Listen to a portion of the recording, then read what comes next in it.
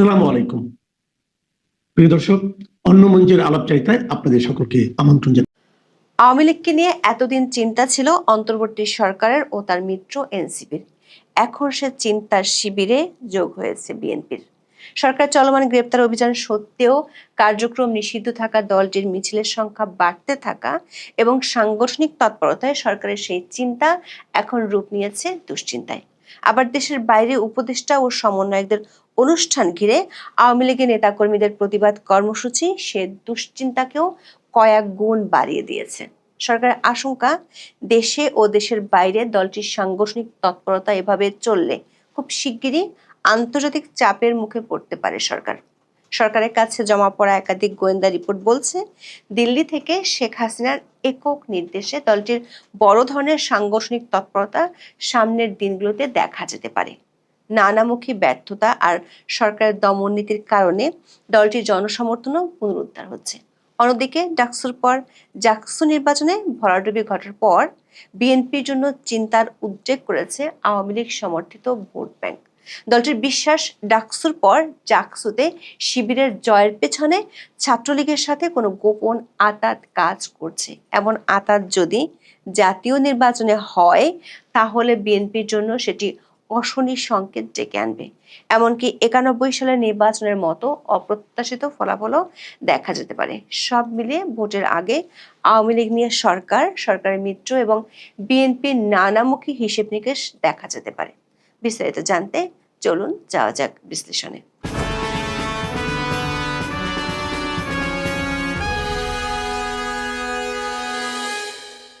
আন্দোলনের মুখে গত বছর 5ই আগস্ট আওয়ামী লীগ সরকারের পতন হয়। দলটির সভানেত্রী এবং সাবেক প্রধানমন্ত্রী শেখ হাসিনা ভারতে চলে যান। শীর্ষস্থানীয় বহু নেতা দেশ ছেড়েছেন, অনেকে গ্রেপ্তার হয়েছেন, আবার কেউ কেউ পালিয়ে আছেন। দেশে থাকা বহু নেতাকর্মী গত 1 বছরে নির্যাতনের শিকার হয়েছেন।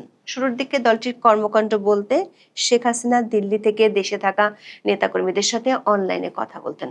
চলতি বছরের এপ্রিল থেকে আওয়ামী লীগের নেতাকর্মীদের ঝটিকা মিছিল বাড়তে থাকে। প্রথম দিকে পুলিশকে গ্রেপ্তারের নির্দেশ দেওয়া হয়েছিল, তবে গ্রেপ্তারে কোনো কাজ না হওয়ায় চিন্তিত হয়ে পড়ে সরকার।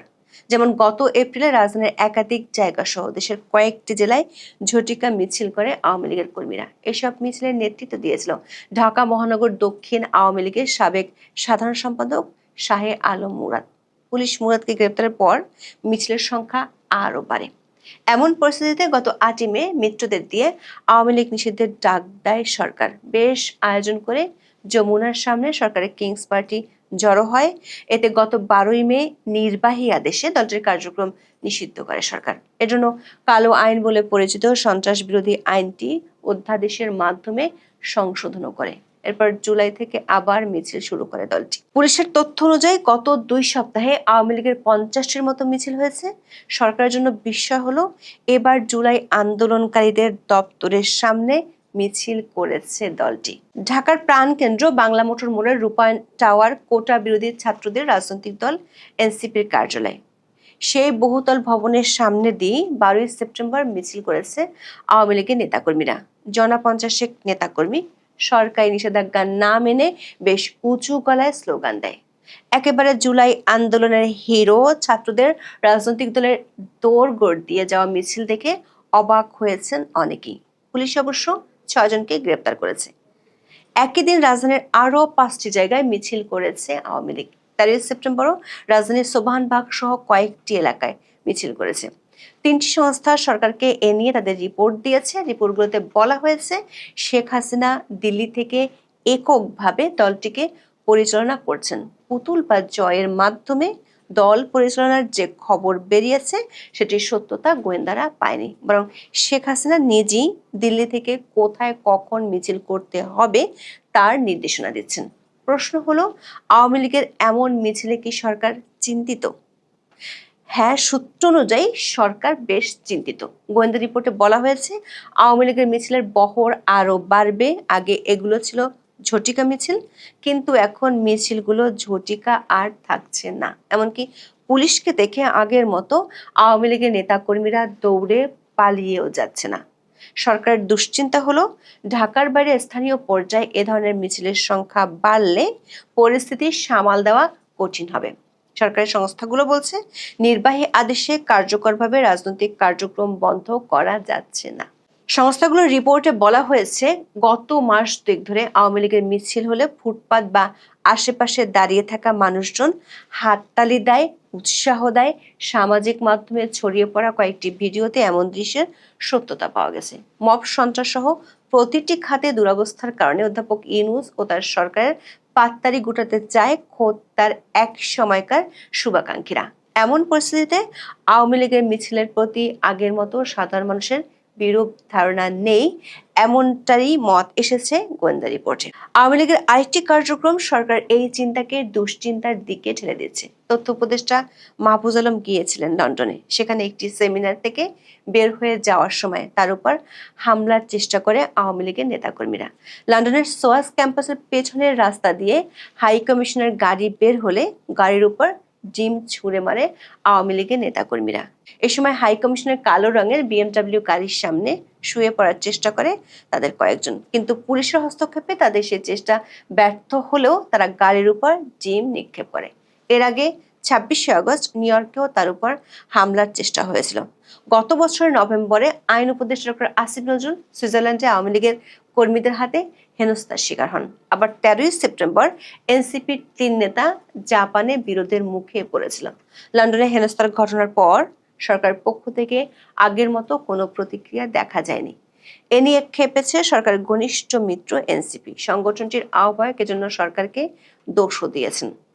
আওয়ামী লীগের মিছিল আর মাহফুজের হেনস্থার ঘটনা নিয়ে সরকারের কয়েকজন উপদেষ্টা গত 2 দিনে নিজেদের মধ্যে আলাপ করেছেন। তারা মনে করেন এই ঘটনাটি বাংলাদেশের রাজনৈতিক সংঘাতকে দেশের বাইরে টেনে নিয়ে যাচ্ছে, যা একটি নতুন এবং উদ্বেগজনক প্রবণতা।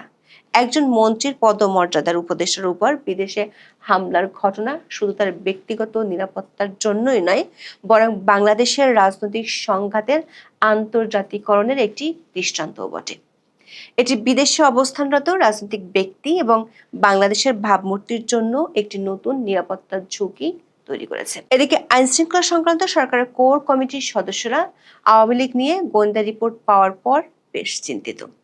সরকারের 2 জন উপদেষ্টা মনে করেন, ঢালাও গ্রেপ্তার সরকার অনেক করেছে। পুলিশ গত 2 সপ্তাহে 150 জনকে গ্রেপ্তার করেছে, কিন্তু কাজ হচ্ছে না। উল্টো মিছিলের সংখ্যা বাড়ছে। ঢাকার মন্ত্রীপাড়া ছাড়া আর সব এলাকায় দলটি এরই মধ্যে মিছিল করে ফেলেছে। আবার বিদেশের সরকারের উপদেষ্টারা অনুষ্ঠানে গেলে যে প্রতিক্রিয়া দেখা যাচ্ছে, সেটিতে সরকারের ভাবমূর্তি প্রশ্নের মুখে পড়ছে। এমনিতে নির্বাহী আদেশে আওয়ামী লীগকে নিষিদ্ধের বিষয়টি নিয়ে বিদেশি শক্তিগুলো নাকশ। এর মধ্যে আওয়ামী লীগের পক্ষে লন্ডনের ডাউটি স্ট্রিট জাতিসংঘের কাছে আপিল করেছে। সেটির খবর জাতিসংঘের তরফে সরকারের কাছেও এসেছে।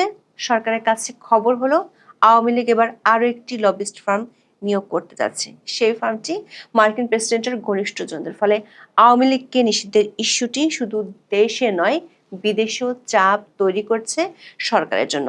আন্তর্জাতিক চাপ সামাল দিতেই সরকার আওয়ামী লীগকে পুরোপুরি নিষিদ্ধ করেনি, করেছিল কার্যক্রম নিষিদ্ধ। কিন্তু যে হারে দলটি নেতাকর্মীদের গ্রেপ্তার করা হচ্ছে, তাতে আন্তর্জাতিক মহলে উল্টো বার্তা যাচ্ছে। সরকারের লক্ষ্য ছিল আন্তর্জাতিক সম্প্রদায়ের কাছে বার্তা দেয়া যে আওয়ামী লীগের কার্যক্রম নিষিদ্ধ কোনো রাজনৈতিক দমন ছিল না, বরং এটি ছিল আইনি প্রক্রিয়ার একটি অংশ। সে চেষ্টা বিফলে গেছে। মঞ্চ ৭১-এর অনুষ্ঠানকে ঘিরে মব সন্ত্রাস এবং তারপর সরকারের কর্মকাণ্ডে যারা মব সন্ত্রাস করেছিল, সরকার তাদের ধরেনি। উল্টো মুক্তিযুদ্ধের পক্ষে কথা বলার জন্য সরকার মুক্তিযোদ্ধা, সাংবাদিক ও বিশ্ববিদ্যালয়ের শিক্ষককে গ্রেপ্তার করেছিল। এমনকি পরে একই মামলায় সাবেক 2 সচিব আবু আলম শহীদ খান এবং ভূঁইয়া মোহাম্মদ শফিকুল ইসলামকে গ্রেপ্তার করে। মানবাধিকারের কথা বলার সরকার সন্ত্রাস দমন আইনকে ব্যবহার করছে যাতে জামিন না পায়। এই ঘটনায় সরকারের বিদেশি মিত্র আন্তর্জাতিক মানবাধিকার সংস্থাগুলোর কাছে একটি বিরূপ বার্তা গেছে। দমন পীড়নের মাধ্যমে সরকার যে ভিন্ন মতের মানুষের প্রতি অন্যায় আচরণ করছে, সেটি এরই মধ্যে পরিষ্কার হয়ে গেছে। অধ্যাপক ইউনূসের মন খুলে সমালোচনা করার সেই উক্তি যে শুধু একটি কথার কথা, তা খোলাসা হয়ে গিয়েছে। দর্শক, আওয়ামী লীগকে নিয়ে এতদিন চিন্তা ছিল সরকারের। খবর হলো, ডাকসু ও জাকসু নির্বাচনের পর আওয়ামী লীগ নিয়ে চিন্তা বেড়েছে বিএনপির। ডাকসুর পর জাকসুতে বিএনপির ছাত্র সংগঠন ছাত্রদলের ভয়ানক অপ্রত্যাশিত ভরাডুবি ঘটেছে। বিএনপির বিশ্বাস, দুটি ছাত্র সংসদ নির্বাচনে ছাত্রলীগ শিবিরকে ভোট দিয়েছে। বিএনপির কয়েকজন সিনিয়র নেতা ডাকসুর পর এমন অভিযোগও করেছেন। খোদ সরকারের উচ্চ পর্যায়ের কাছে শিবিরের দুটি বড় জয় ব্যাপক বিস্ময়ের। সরকারের মধ্যে থাকা বিএনপির অংশটি এ নিয়ে বেশ চিন্তিত। বিএনপির আশঙ্কা এরপর চাকসু ও রাকসুতে একই ধরনের ঘটনা ঘটতে পারে, কারণ জাহাঙ্গীরনগরের চেয়ে চট্টগ্রাম ও রাজশাহী বিশ্ববিদ্যালয়ে শিবিরের অবস্থা আরও ভালো। বিএনপির সিনিয়র নেতাদের ভয় হলো, সামনের জাতীয় সংসদ নির্বাচনে জামাত যদি গোপনে আওয়ামী লীগের সমর্থন পায়, তাহলে সেটি হবে বিএনপির জন্য সবচেয়ে বড় হুমকি। বিএনপির একজন সিনিয়র নেতা, যিনি 1991 সাল থেকে নির্বাচনে লড়ছেন, তিনি বলেছেন 1991 সালের নির্বাচনে আওয়ামী লীগকে ঠেকাতে জামাত ইসলামী বিএনপিকে ভোট দিয়েছিল। এবার যদি কার্যক্রম নিষিদ্ধ থাকা আওয়ামী লীগের ভোটগুলো বিএনপির বিরোধী বাক্সে পড়ে, তাহলে বিএনপির পরিণতি 91 আওয়ামী লীগের মতো হলে বিস্ময়ের কিছু থাকবে না। দর্শক, রাজনীতিতে শেষ কথা বলে কিছু নেই। সবকিছু মিলে বাংলাদেশের ভবিষ্যৎ এখন একটি অনিশ্চিত এবং উত্তপ্ত পরিস্থিতির দিকে এগোচ্ছে। এখন এ পর্যন্ত। সবাই ভালো থাকুন, সুস্থ থাকুন, নিরাপদে থাকুন। দেখা হবে আগামী পর্বে।